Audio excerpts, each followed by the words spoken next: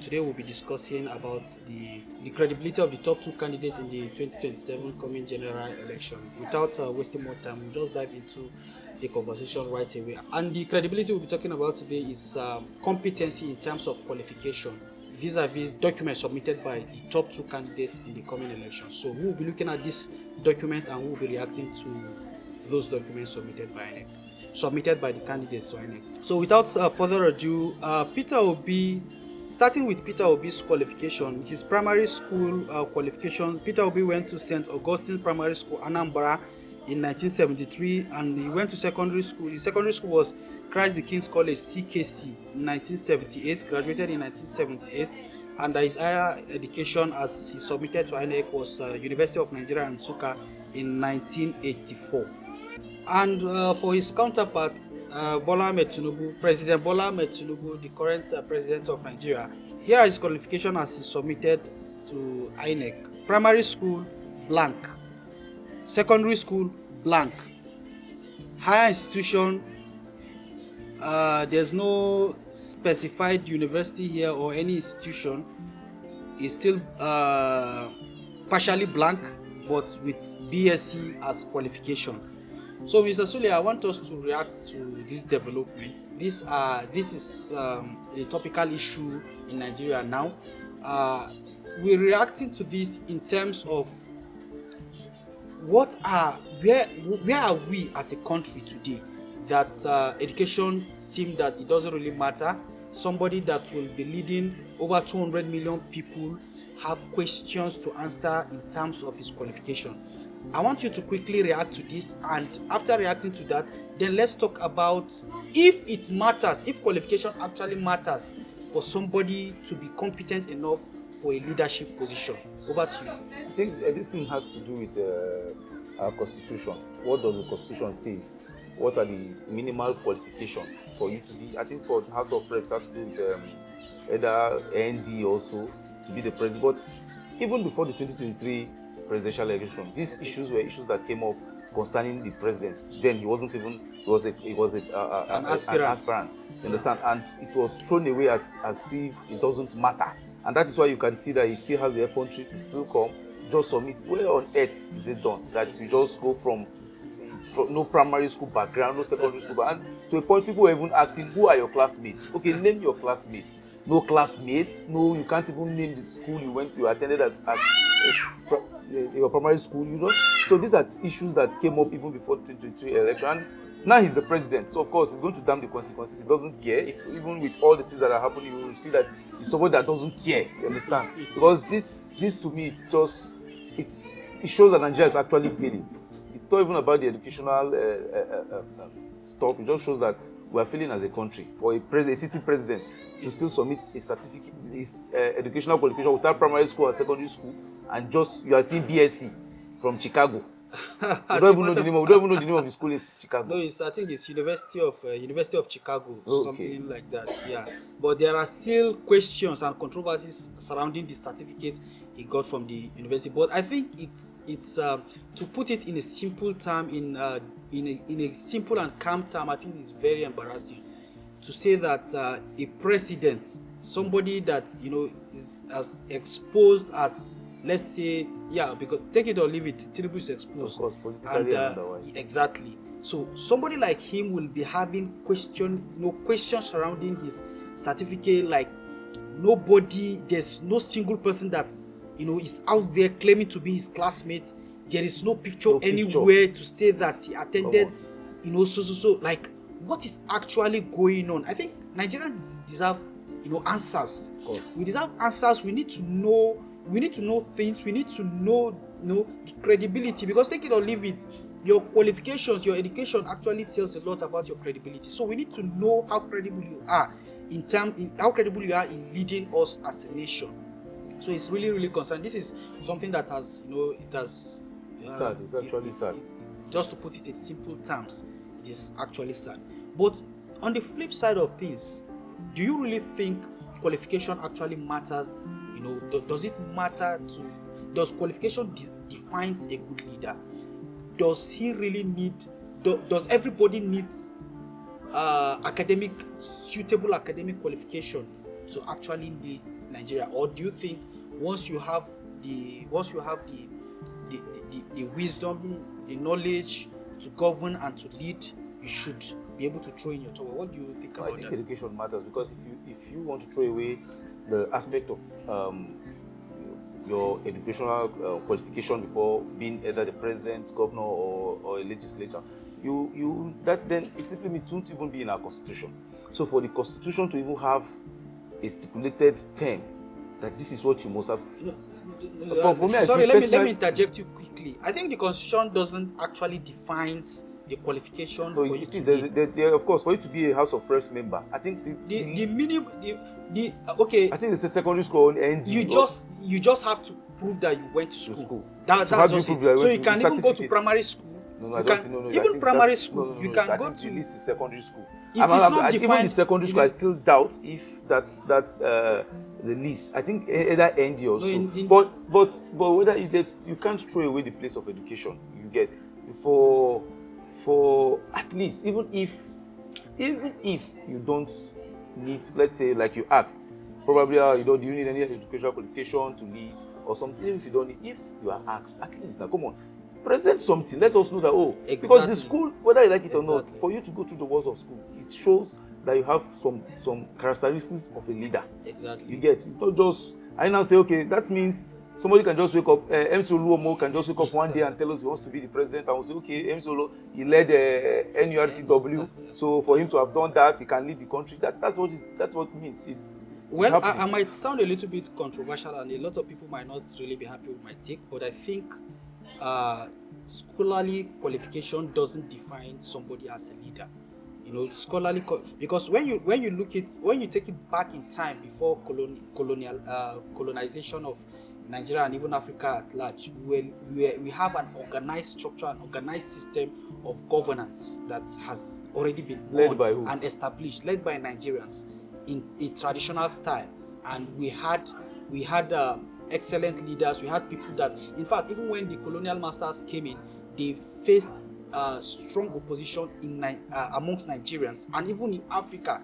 There's no single African country that just welcomed them. They face strife opposition, and that is because there is already a leadership structure that is going on prior to their coming. So I think even though I am so not happy that President Tinubu has questionable backgrounds around his educational qualification. This is somebody that has prided himself in working for one of the top organizations in the world, like Shell, etc. And he's a seasoned accountant, and he has shown that, right? But why are you having questionable, why are people questioning your academic qualification, your background? Is it that you didn't go to school? Is it that he actually didn't go to school?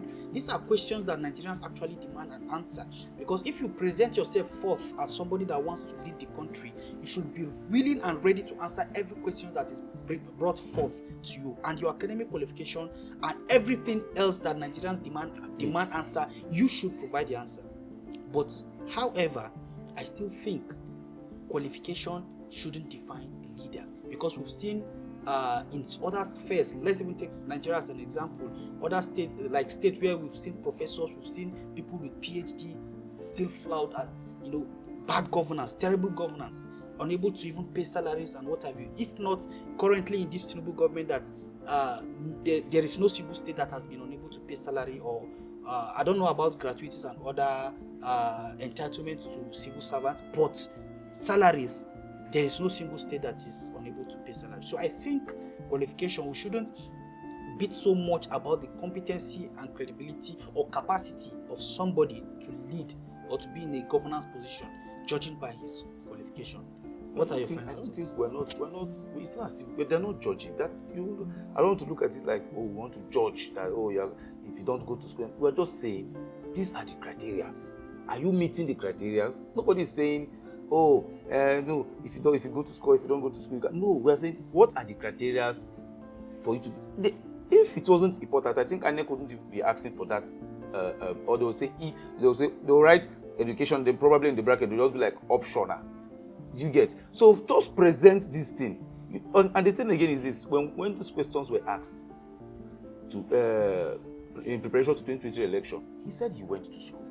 Actually. So what I think what is making this whole thing big, I think he's the one making this whole thing big. You said you went to school. Okay, all right, no problem. Okay, who are your classmates? Just prove to us. Prove Just to us. prove. So that is all Nigerians are asking Because for. there's no way, if you are alive, there's no way that all your classmates are dead. Are you Some of you them are understand? still alive. Still alive. Okay, Definitely. even if they are dead, you don't no pictures. Let's even assume, okay, you are the only one. Worst Okay, case scenario, by you are the God's survivor. mercy, you are the only one survive. Okay, what about pictures? Actually. So just name somebody and say, oh, this person, so person.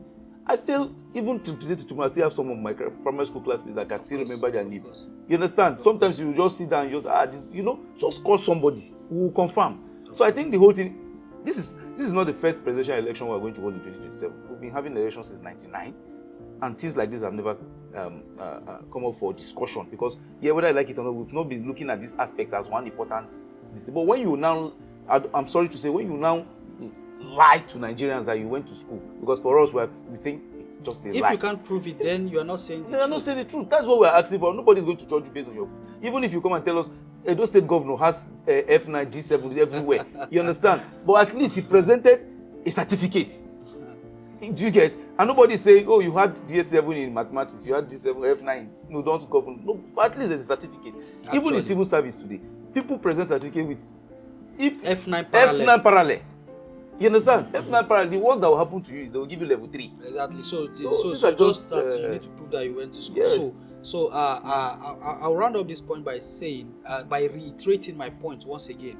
Like I said earlier, to put it in a simple terms, it's just beyond embarrassing that people are asking these questions and these spaces are being left vacant in INEC portal. Tinubu does not have, there is no statement of anything around his qualification. But however, I'm also reiterating that we shouldn't judge the capacity, the competency of somebody going by his academic qualification, because somebody that has never been around the four walls of schools could also even be a better leader. But diving into the next conversation I want to have with you is, we have just campaign is starting August and the election is in January, just four months from now. So what are your thoughts around APC? Just as quickly as possible, your thoughts around APC and Tinubu and how they are faring and leading us as Nigerians. What are your thoughts? No, I don't want to be biased. If judging by the political environment, atmosphere, and what you are seeing, it's likely that we will still have a Tinubu in 2027. And the thing is this, you see. Why do you say it's likely that you have Tinubu? What do you mean by that? Are you saying Nigerians will vote for him, or he's going whether we vote or we don't vote, Tinubu will still come back? And this is the point. No, how does that happen? Whether you vote or... When we had AGC, Nigerians saw hope. You understand? When you had... How do you know that Nigerians or some Nigerians saw hope? Some Nigerians. Okay. Majority of us had that. Do you have statistics to back that up? You don't even... If you just go outside and ask people, out of 10, you get 7 to 8 people who want change. If at all you did that, mind you, those are the people around you. You've not been to other parts of the country. Don't be too sure. So what I'm now saying is, when you had Atiku, Kwankwaso, and Obi, okay, if you want to analyze, but politics can be somehow confusing. You'll be like, oh, Atiku got, I think, I can't remember his, but if you combine Atiku's vote and Peter Obi, Kwankwaso, and the rest, you see that, okay, there's going to be a good fight, or rather, we'll say tight race, you get. But when we now had an NDC again coming up, for me, I lost interest in the whole thing because it was not looking like a joke. You get. It was not looking, now we have what we're going to see is the repeat of 2023 election, if not even worse. I think Peter Obi's best performance will still be 2023. Yes. Peter Obi's best performance is going to be 2023. Yes. We have just very few months left to check. Yeah, of course. But I'm rounding up by this question. Do you think Tinubu is actually doing well? Nigerians, do you think most Nigerians are happy? Is he going to be voted to be returned as the president? I just want to get your thoughts. If you want to be sincere, if you look at Tinubu has not, he hasn't done well to be re-elected. You get. Why do you say so? Can you back up your statement with some facts? For example, let me give you an example of what transpired I think a few days ago, where the bishops met with the president and they spoke the truth to him. They said, see, it became like, oh, these guys came to fight Tinubu also, or fight the presidency also. But they said something. They said, this what they are presenting to the president were facts that they got from all other bishops in Nigeria. You understand? And the thing again is this: if you go out and you do your I don't your should I say maybe whether you want to investigate, you want to ask questions. You understand? If you bring out a questionnaire paper today and give to Nigerians, you definitely know that this government hasn't done. Yes, I know you are in Abuja, so you want to point out Abuja, and I think that's the only place that we want to use to campaign, that Abuja is now better than that. Yeah, of course, but like in general, no, I don't think Tinubu deserves a second term. Okay, I think you are not, I might beg to differ, because I think you are not being fair to the government, because judging by what Tinubu has done since he came into power, first and foremost, you need to understand that Tinubu came into an already destabilized economy. Who gave us the government that destabilized the economy? Who led that government? Let's the national leader of APC. He campaigned for Buhari. He campaigned. Yes. He campaigned for Buhari. Yes. His videos are there. Of course, he campaigned, but was he in charge? Was he responsible? Who brought in for the vice making president? The policies? Who brought in the vice president? You and I know that the vice president is just a rubber stamp. He's just there to just. Every vice president, deputy governors, everywhere. Who was the Speaker House of Reps? We all know that the president has the all-and. The president is the alpha and omega. We all know that. No. Just the way we are seeing Tinubu taking giant strides, making decisions to make the country better. Just the way we are seeing in a lot of aspects. First and foremost, before I state out some of those aspects, I need you to understand something: that Tinubu came into an already terrible and bad economy. Tinubu came in and started restructuring and reshaping the systems. And change and progress doesn't happen overnight. Nigerians need to clearly understand that. First and foremost, today the rate of people in Nigerian institutions today is far more than we've ever seen in the country today. For example, Tinubu made provision for nail fund. So people that are not even hopeful of going to school today are in school today, making their future. A lot. Do you have any document to back up your claim? Yeah, of course, it's all over there. Go to Nail Fund website. Their last publication. Of course, but they are giving Nigerians. They are giving Nigerians money. They are giving Nigerians money to go to school. How many Nigerians? I need to, and of course, but these are Nigerians that we're not hopeful of going to school before. It's just like asking the former minister of Justice, Malami, if Buhari did well. It's just like you are behaving like Malami, because this is you are saying. I have no connection whatsoever. Can you travel by road? If I give you money, can you from Abuja today? Can you travel by road? Everybody is traveling by. There are people traveling by road as we speak. Because they don't have options. But they are traveling. If you have option of, they are traveling.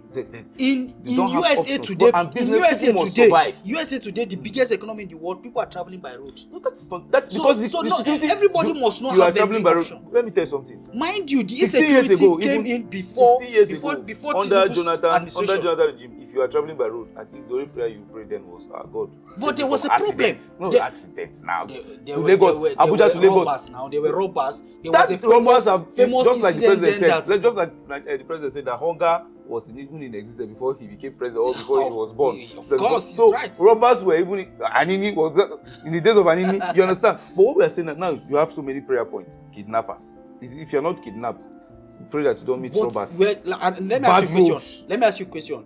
Prior to Tinubu's administration, were they kidnappers and bandits and terrorists or not? They were, but not as bad as this government. But they were. Yeah, but not as bad. So are we fighting? Do you know who empowered those terrorists? Who empowered them? There are arguments out there, allegedly, that the previous administration empowered these terrorists by paying ransom to these terrorists, and these terrorists use this ransom to empower themselves. Allegedly. You can't separate Tinubu from the past government. No, you can't. Because Tinubu was not. Tinubu did not formulate any single policy. during But the he never formulated any No, you can't policy. be sure. Tinubu is on He the had- wheel today. He's bringing in his own policy. For example, the And is it subsidy working? removal.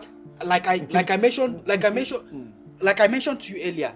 Now there is no single state in Nigeria that is unable to pay salary. Every state, the 36 states, But they can't go to today farms, are to their paying. farm, the states. Then how are we seeing the agricultural produce that are How in the much are you? markets today? Okay, go to the market and see the cost of living. There- How much are you getting? all How these much are you things- buying? all How these much are you things- buying all these things are PMS? happening How before. much are you buying PMS today? We are buying.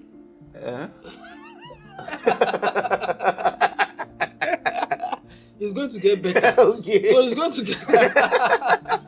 We are going to round this off by believing and trusting that it's going to get better. So here is a caveat. This is just a conversation that we're bringing forth to you. You can also add your voices to these conversations, and you can add your voices by sharing your thoughts in our comment section, and also do well to like, follow, share, and subscribe to our YouTube channel. And until we come your way again, thank you, and we'll see you next time.